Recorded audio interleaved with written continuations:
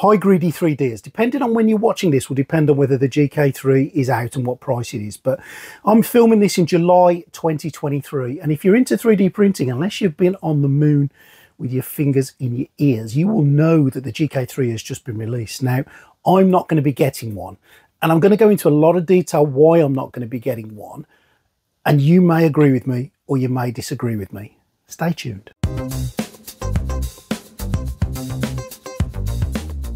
In 2022, Uniformation stormed the 3D printing world when it released the groundbreaking GK2. With its sleek green curves, reasonably sized build volume, a user-friendly interface that even your non-tech savvy grandma could navigate.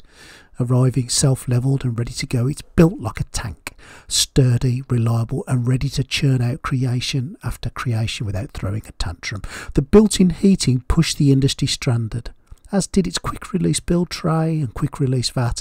Easy to fit filtration system. It is one of the best loved printers of 2023, and certainly by me and others still one of the favourites out there now. Come 2024 and bang, the GK3 lands in an avalanche of promotion, a marvel of modern technology indeed, wrapped in a sleek minimalist design that we've somehow seen before. And I'm sure if Tony Stark had a 3D printer it would look like a GK machine for sure, but perhaps in red. The GK3 boasts a 12K resolution printing capability. It's got the same user interface that we've grown to love, but this time an increased build volume, and now also a resin delivery system means that 1 litre vat can stay topped up when you need it to.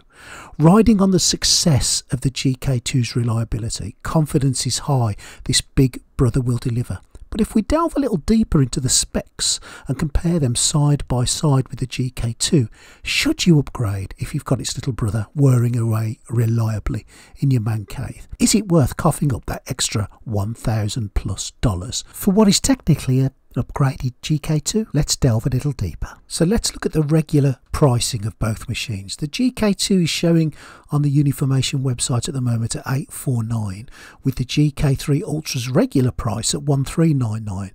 Now, you can get some early bird deals. I've seen this low as $1,000, but when you watch this video, I suspect those will be long gone and you're back to the $1,399 price. So a price difference, some $550 more expensive. Now, I've seen some GK2s with a special code down as little as 600 quid. So in theory, you could just about afford 2 GK2s for 1 GK3.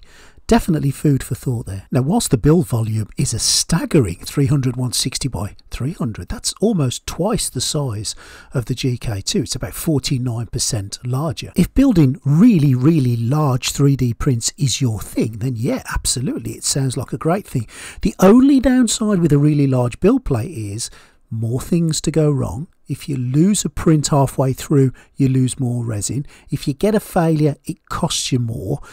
Is it sometimes better to print it in 2 smaller halves than 1 big one? Again, it will depend on your printing needs, but I would suggest if you're printing things like superhero models or bases, etc., printing them in parts may be more beneficial than printing them in a whole. Now, that's personal preference, I know, but for me, I've had failures. Everybody's had failures. I'd rather lose 1/2 of a large print than 1 whole of a large print. Again, just my thoughts. And also the cost of more resin. If you're going to be printing larger things, it's going to cost you more to print things bigger. Standard economics, I guess. Again, if large 3D printing is your bag, then the large build volume may be for you. Probably not for me though. One thing I love about my GK2 is its quick release build plate, and I'm happy to report that the quick release build plate is back in the GK3. Even though the build plate is a lot larger, it's still got a quick release, slightly different but the same principle. Now, the quick release vat on the GK2 worked really well. Apart from the little feet that sit underneath it could break and you might need it to have replaced those occasionally when they did fail. The GK3, however, now has gone away with those. It's got a clasp system, so yes, a quick release vat, but I think a much better system where 2 clasps are moved into position and hold the plate firmly. those feet were okay, but they weren't very perfect, were they? Now, when we look at the print resolution going from 8K to 16K on the GK3, for me, the 8K resolution on the GK2 has been absolutely fine. I've had no issues or problems with the quality of the prints. There's a bit of controversy about the resolutions anyway. You've only got to look at Faux Hammer Sights. He's the expert on this, really. So check out some of Faux Hammer's videos where he talks about it. But for me, as long as the print looks really, really good, I don't care what resolution it is, and I don't think with the human eye you can spot too much difference in the resolution. It looks nice on 8K on the GK2, and that really will do for me, to be honest. Same air purification system on both systems. I guess if it ain't broke, don't fix it. So if you've got any spare ones from your GK2, they'll fit into the GK3. But again, exactly the same purification. If it ain't broke, don't fix it. Good to see that the user interface is the same on the two machines. There might be a little bit more of a bell and whistle in the new one, but fundamentally it's the same system. It was a winning formula on the GK2, and I'm sure it's going to be a winning formula on the GK3 too. So in essence, exactly the same UI.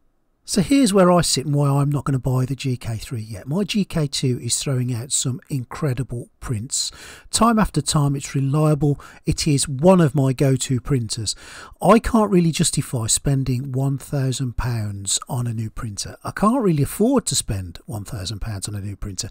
And I suspect a lot of you guys who sit at home with your GK2s will be in exactly the same boat. Now, when the pricing structure starts to change or when time moves forward, I might be buying one. But there's quite a lot of similarities between the two printers. Okay, the GK3 is twice the size from a print volume, and I'm always a bit cautious about being one of the first adopters, because if it's going to get any problems, it's the first generation that's going to copy, and then they'll start to put those problems right when it gets used and used over time. So there we go. That's my thoughts on the GK3. I am sure at some point I'm going to dip my foot in the water and buy one, but not just yet. It'd be really interesting to know what you guys think, whether you agree with me, whether you completely disagree with me. Leave a little note down below in the comments.